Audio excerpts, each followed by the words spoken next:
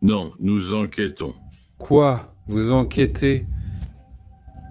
À première vue, dans l'univers d'Alien, l'humanité semble n'avoir qu'un ennemi, le xénomorphe, prédateur parfait et impitoyable. C'est contre lui que les héros se battent, toujours.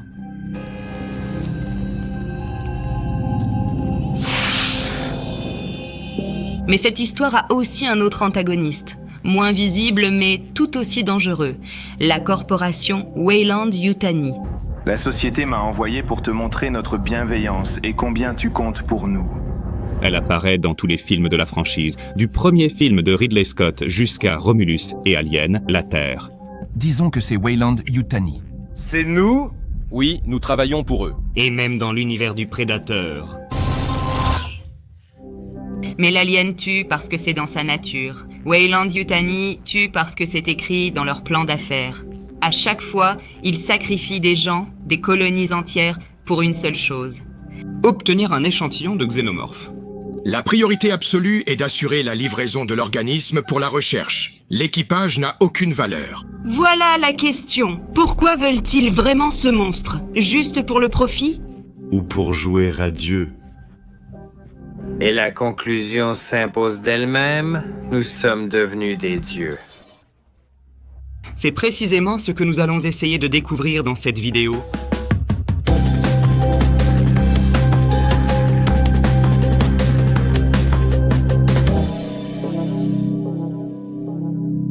Avant de répondre sur la motivation de la société, rappelons comment Weyland-Yutani apparaît dans l'univers d'Alien. C'est l'un des principaux antagonistes invisibles de la franchise. Elle apparaît d'abord dans le premier film, Alien, de 1979, réalisé par Ridley Scott. Cependant, son nom n'est pas directement prononcé dans le film. Les personnages parlent simplement d'elle comme de la société. Cette foutue société. Et nous alors, enfoirés? Néanmoins, le logo et le nom de Weyland-Yutani apparaissent sur les accessoires. Ce film révèle déjà la politique impitoyable de la compagnie, motivée par le profit lié à l'organisme extraterrestre. La direction considère tout l'équipage comme du matériel jetable, donnant à l'androïde H une directive secrète, assurer la livraison de l'extraterrestre à tout prix. Ramener un spécimen est la priorité. Il n'y a pas d'autre mission. Dans Alien, 1986, de James Cameron, Weyland-Yutani possède la colonie sur LV 426. La société a accepté de signer un contrat avec vous. Vous savez, réfléchissez-y simplement. Et le commanditaire de l'expédition des Marines?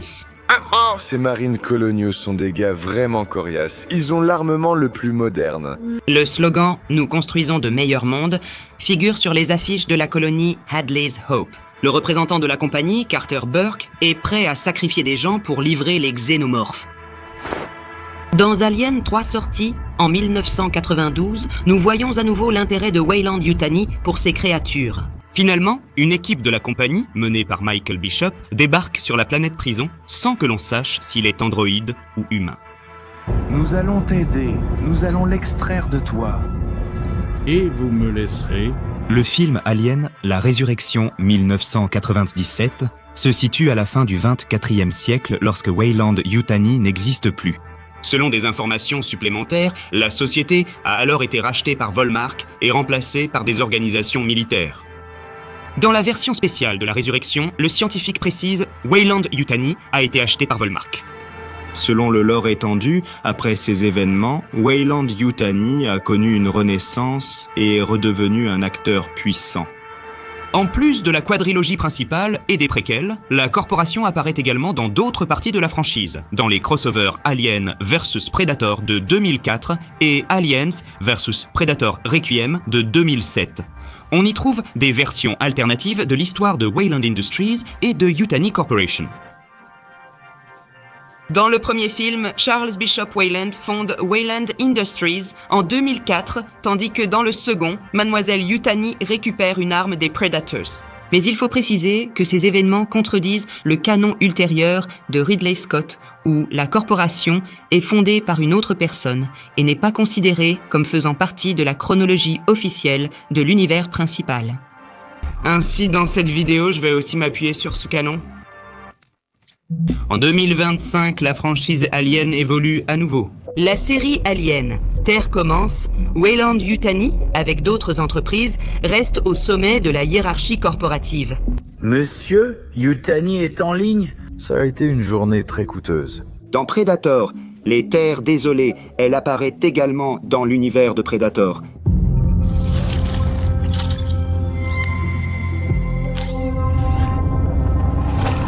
Après avoir revu le rôle de la corporation dans l'univers d'Alien, passons à la question principale. Qu'est-ce qui fait fonctionner cette machine ?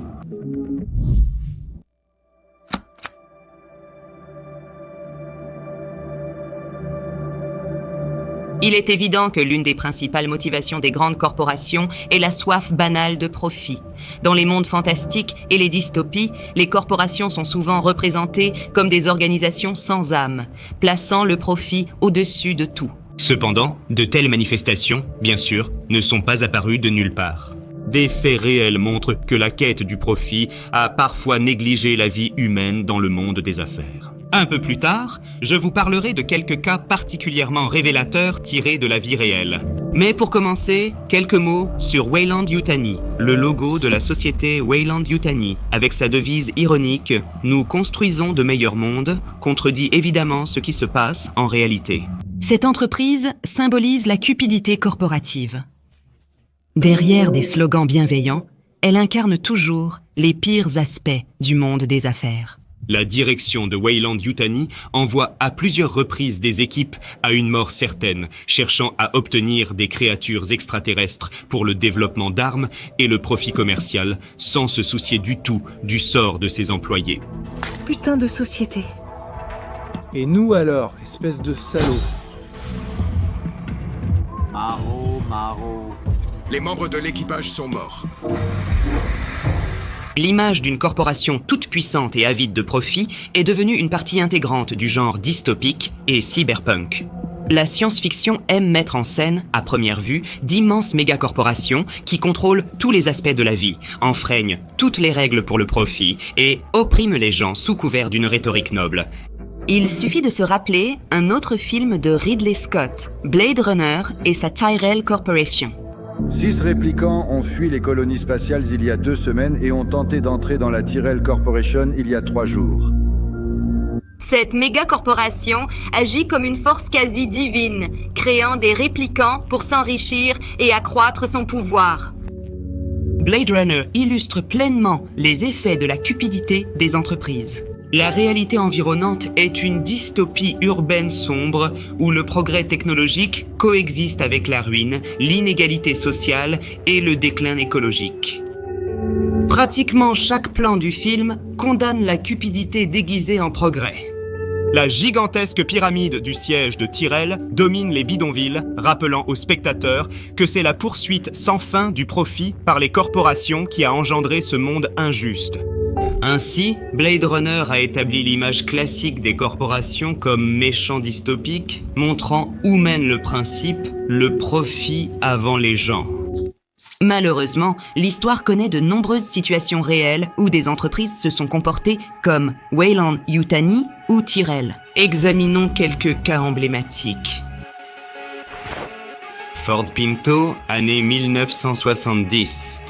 Le constructeur automobile américain Ford a découvert un défaut du réservoir d'essence sur le modèle Pinto qui provoquait des incendies lors des accidents. Cependant, au lieu de corriger le problème en urgence, la direction a fait un calcul et a décidé qu'il était moins coûteux de verser des compensations pour les décès éventuels que d'améliorer la conception pour $11 par voiture. En fait, l'entreprise a attribué un prix à la vie humaine, démontrant une priorité terrifiante du profit sur la sécurité. Union Carbide en Inde. L'usine Union Carbide en Inde a connu la plus grande fuite industrielle de gaz toxique. L'enquête a révélé que l'entreprise, pour économiser de l'argent, avait réduit les budgets de sécurité et d'entretien des équipements, opérant avec des violations flagrantes. À la suite de la fuite de méthylisocyanate, au moins 3800 personnes sont mortes instantanément. Et selon les estimations, entre 15 et 20 000 autres sont décédées dans les années qui ont suivi. Prenons des noms plus connus. Boeing. Boeing 737 MAX. La célèbre entreprise aéronautique mondiale Boeing s'est empressée de lancer sur le marché un nouveau modèle d'avion, le 737 MAX, en concurrence avec Airbus. Au sein de l'entreprise, les ingénieurs ont averti des problèmes affectant la sécurité des vols, mais la direction a ignoré ces alertes afin d'éviter des retards et des coûts supplémentaires. L'un des responsables a déclaré clairement « Les militaires peuvent donc se permettre de suspendre les vols pour des raisons de sécurité, mais nous sommes une entreprise commerciale. » Les rapports finaux du Congrès ont montré que le profit et le gain de temps primaient désormais sur la sécurité. Cela a contribué aux 2 catastrophes du 737 MAX. 189 morts en octobre 2018 et 157 en mars 2019. Ce n'est qu'après ces drames que les avions ont été brièvement cloués au sol, révélant au monde la culture de Boeing, où le profit avant la sécurité règne officieusement.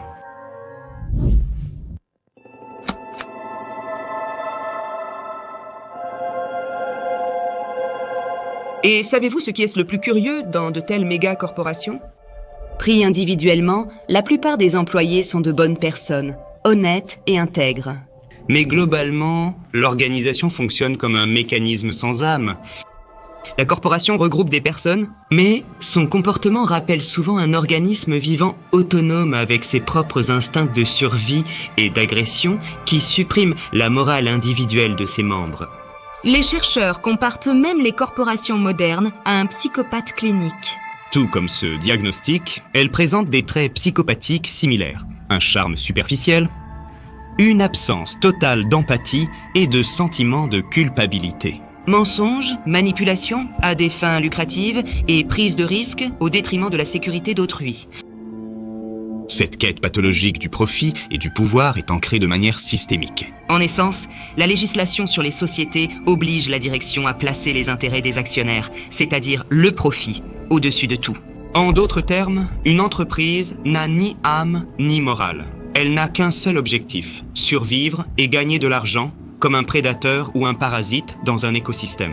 Certains employés peuvent être éthiques, mais lorsqu'ils agissent au sein d'une structure géante dont le but est de maximiser le profit, l'organisation commence à vivre sa propre vie. À l'image d'un organisme complexe, la société cherche à s'étendre, absorbe ses concurrents et s'adapte aux lois pour les contourner.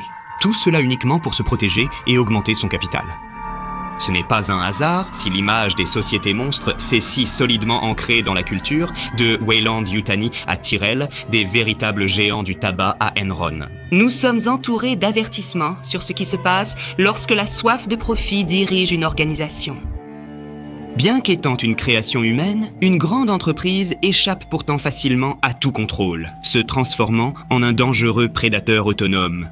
Ainsi, dans les dystopies, les entreprises présentent des traits de méchants, alors qu'en réalité, la société attend d'elles transparence, éthique et limites. Sinon, comme le montrent aussi bien l'imagination que l'histoire, une simple course au profit peut mettre en danger des vies humaines et l'essence même de l'humanité.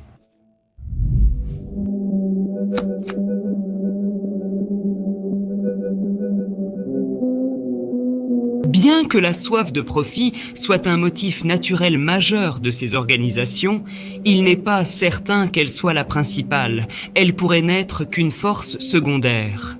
Et tout cela nous est pleinement révélé dans le film Prometheus, où nous faisons la connaissance du fondateur de la société, Peter Weyland. Je m'appelle Peter Weyland. Si vous le permettez, j'aime changer le monde. Ses ambitions ont largement façonné la philosophie de Weyland-Yutani. Peter Weyland, génie charismatique, réunit les caractéristiques d'inventeur, milliardaire et autocrate dans son organisation.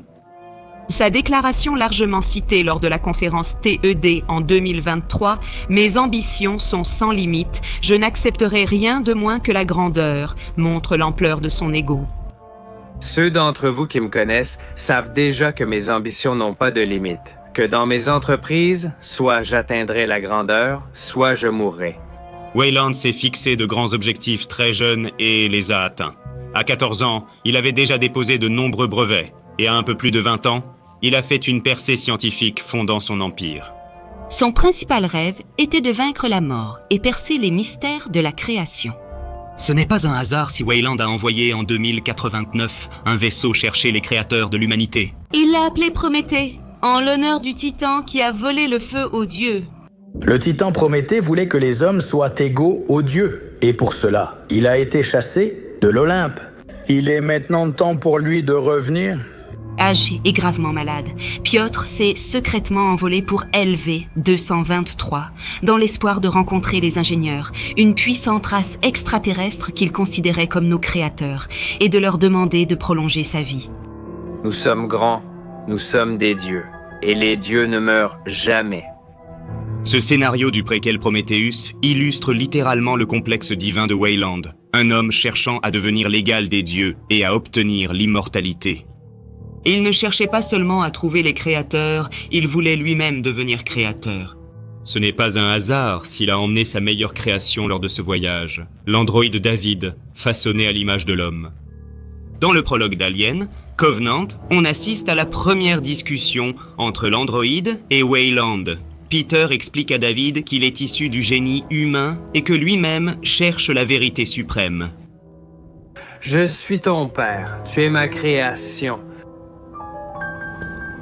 Weyland demande à David de jouer du piano, puis David s'adresse à son créateur. Que dois-je jouer? Fagner. L'entrée des dieux dans le Valhalla. C'est littéralement le thème musical de l'ascension des dieux. Ensuite, David fait remarquer. Tu mourras, moi non? Ce qui met Weyland dans l'embarras en démontrant que la créature qu'il a créée le surpasse potentiellement.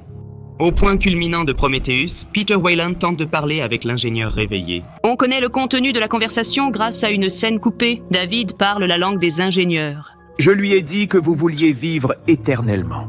Et Peter ajoute lui-même qu'il est aussi un créateur. Parce que toi et moi, nous sommes tous les deux des créateurs. Nous sommes grands. Car il a créé David comme vous avez créé les hommes. En d'autres termes, Piotr déclare littéralement à la divinité extraterrestre « Regarde, je suis ton égal. Moi aussi je peux créer la vie. Rends-moi éternel. » C'est apparemment cela qui pousse l'ingénieur à tuer furieusement l'arrogant humain.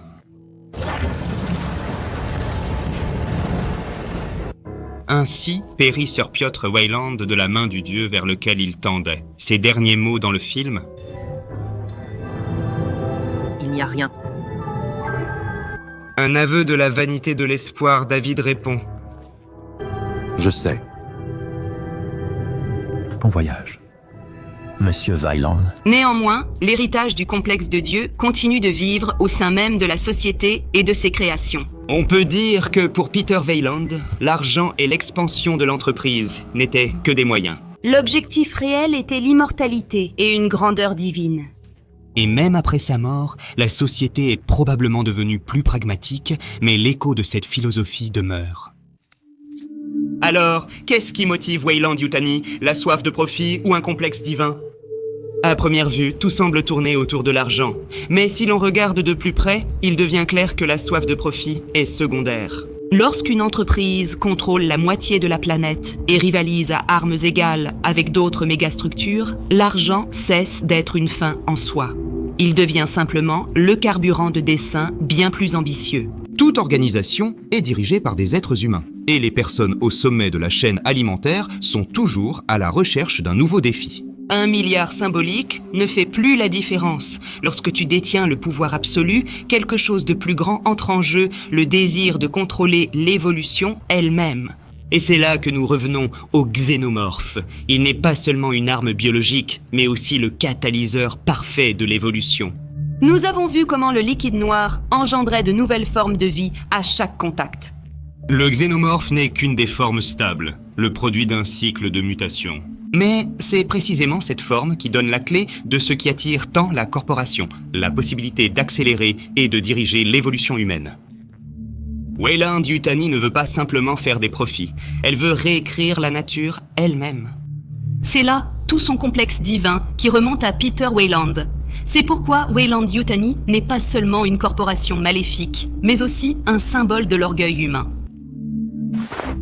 Nous avons déjà étudié la philosophie de Weyland Yutani et son rôle dans Alien. Mais comme d'habitude, le plus intéressant se cache souvent dans les détails.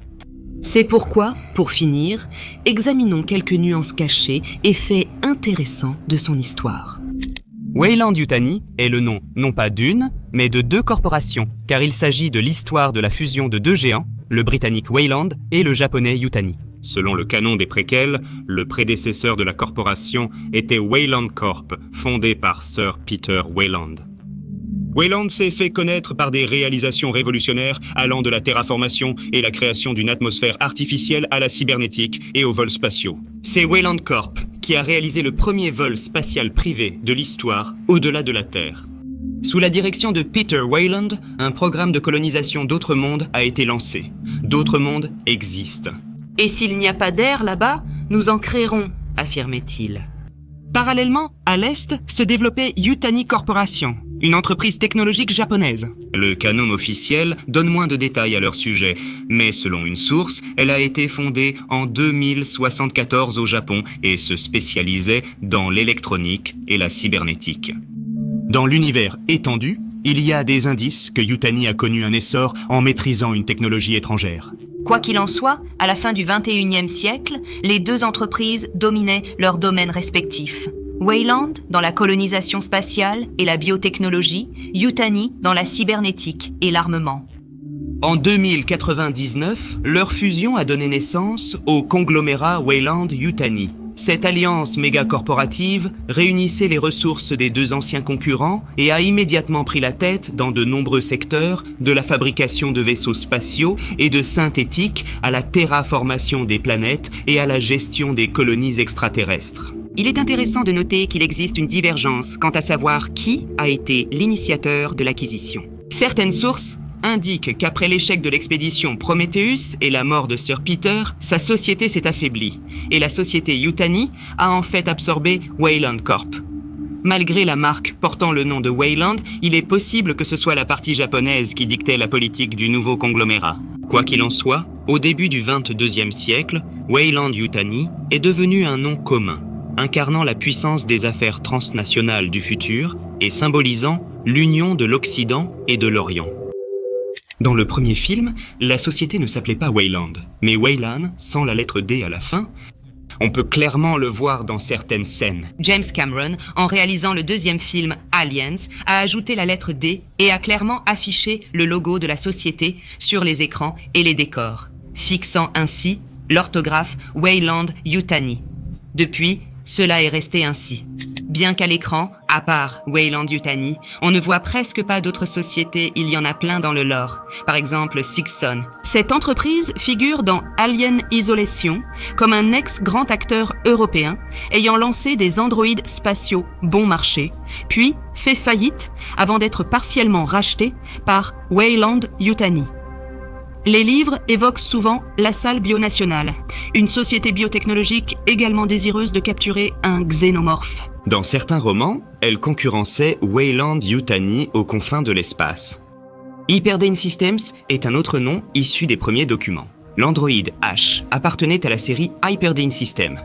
Hyperdine était censé être une division de Weyland-Yutani spécialisée dans le développement de synthétique. Cette tradition a également été poursuivie dans la série Alien, la Terre. Là-bas, Weyland-Yutani n'est également pas la seule. Comme on nous l'explique dès le premier épisode, le monde est divisé entre 5 corporations. En plus de la Weyland-Yutani que nous connaissons, il y a par exemple Prodigy, une nouvelle corporation dirigée par un jeune prodige de la technologie qui possède des technologies avancées de synthétique et d'hybride, y compris le personnage de Wendy, ainsi que 3 autres corporations, Lynch, Dynamic et Threshold. En 2014, le livre Alien, le rapport Weyland-Yutani, est paru présenté comme un authentique rapport interne de la corporation avec tampons, schémas et dossier médical. L'ouvrage présente une histoire soigneusement structurée de la compagnie avec des dates et elle est présentée comme si les documents avaient été préparés par les analystes de Weyland-Yutani eux-mêmes pour la direction. Ce livre est considéré comme semi-canonique, car publié avec l'accord du studio 20th Century Fox. À l'intérieur, on trouve des descriptions du film, des caractéristiques des vaisseaux et armes, ainsi que des documents d'entreprise confidentiels.